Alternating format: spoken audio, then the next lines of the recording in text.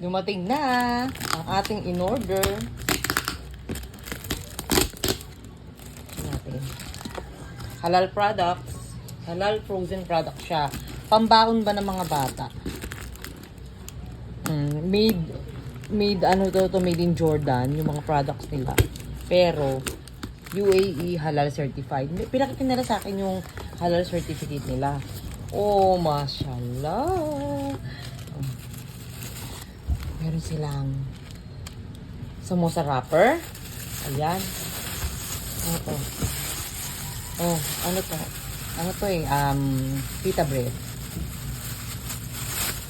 So, order ako ng shawarma sa kanila. Yun siya. Samosa wrapper. Yan. And ito. Crispy chicken nuggets. Nabil product siya. Baka ano nyo yan. Familiar sa mga OFW natin. Chicken shawarma. And ayan. Chicken cordon bleu. Ito ang importante sa lahat ng gusto ko. Jumbo beef burger. Halal. And ano pa ba to? Chicken. Crispy chicken nuggets. Itong ground beef nila. Ay, hindi. Mortadella to. Mortadella. Ayan. Ito talaga yung nahanap ko dati pa, mga be. And ito. Minced beef. Hiniling na baka. Hello mga kaitik. Assalamualaikum. Namimiss ninyong kumain ng Arabic shawarma? Manood kayo ng vlog na to.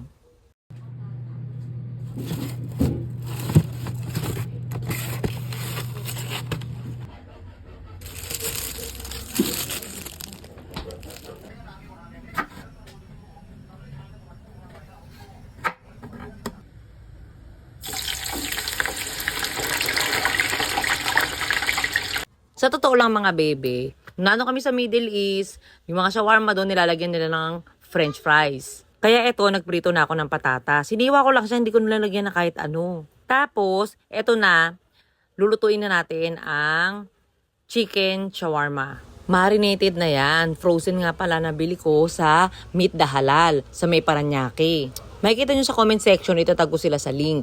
Marami silang products na made in Jordan. And halal certified sila. Pwedeng-pwede sa ating mga Muslim, pwede rin sa mga non-Muslim friends natin na nakakamiss ng Middle East food. Ininit ko to sa low flame, tapos nilagyan ko siya ng water, konting water lang, tapos konting mantika. Ganun yung style ng pag-iinit ko ng shawarma. Habang iniinit ko nga to, amoy na amoy ko yung spices, lalo na yung cumin powder. Hindi ko na siya nilagyan na kahit ano. Wala na ako nilagay na asin dyan, mga babe. Inisip ko, pwede na itong ilagay sa pita bread. Nga pala mga be, ang Meet the Halal, nagbebenta rin sila ng pita bread. At ang nagustuhan ko sa pita bread nila ay malaki yung size niya. Tsaka, hindi siya matamis. Hindi yung typical na pita bread na nabibili dito, yung kasama ng shawarma na matamis. Hindi. Talagang original taste siya, authentic na Arabic taste ng pita bread. Pwede naman ninyo iprito to, kaya lang ako, gusto ko yung nilalagyan ko muna ng tubig. Tapos, low flame lang. Kasi, feeling ko tumitigas yung karne kapag direktang prito. Sakto tong pambaon. Tsaka yung kapag tamang cravings lang. Ito, luto ng ating patatas. And, ayan na, malapit nang maluto ang ating palaman, ang chicken shawarma. At gagawa tayo ng garlic mayo. Pwede naman direkta lang ilagay ninyo yung chicken dun sa pita bread. Pero ako medyo maarte ako, no.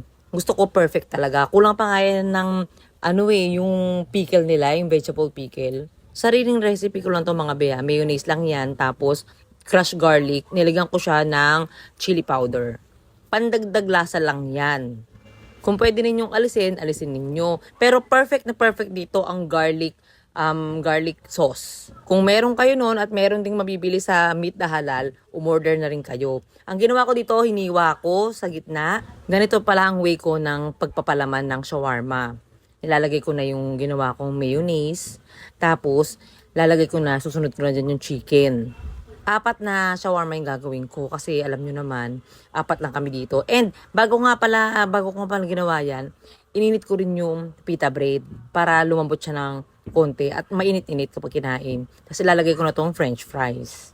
After malagay niyan, i-roll ko na. Tapos, ako talaga inihiwa ko talaga siya sa gitna.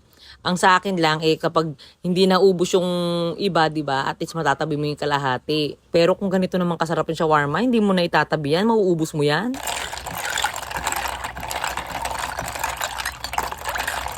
Ito na ang homemade shawarma. Hindi pala homemade to. Ito yung galing sa Meet the Halal. Diba? Shawarma. Chicken shawarma. Titikman na natin. It will eat. I added something here, ah.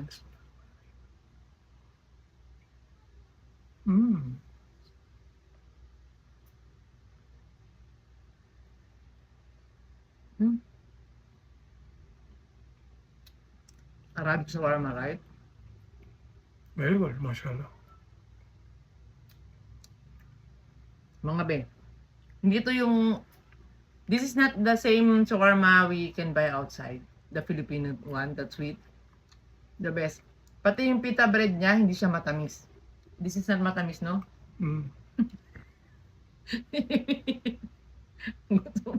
Hoy, yung kacharero daw! See? Tingnan nyo. Mga nasa ermitanyo.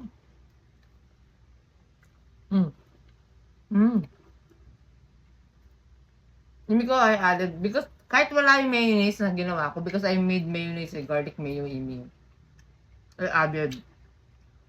But if I will not put that, the taste is still the same. Masarap pa din mga be.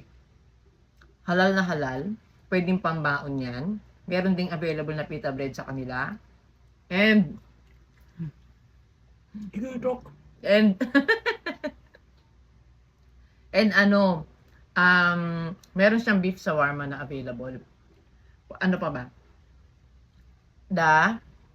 Meet the Halal. Ayan, sa Paranaque sila. Huwag niyong kakalimutan. Isa ito sa mga binibenta nila na frozen items. From Jordan siya.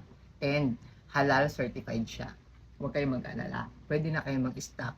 Meron silang promotion nitong July. Kaya, mag-message na kayo sa kanila. Sarap. Shawarma. Arabic shawarma siya. The taste is very good. Don't miss it. See? Kinuha nga niya yung sa akin eh. Sarap, no? Then, mas masarap yung I put potato, right?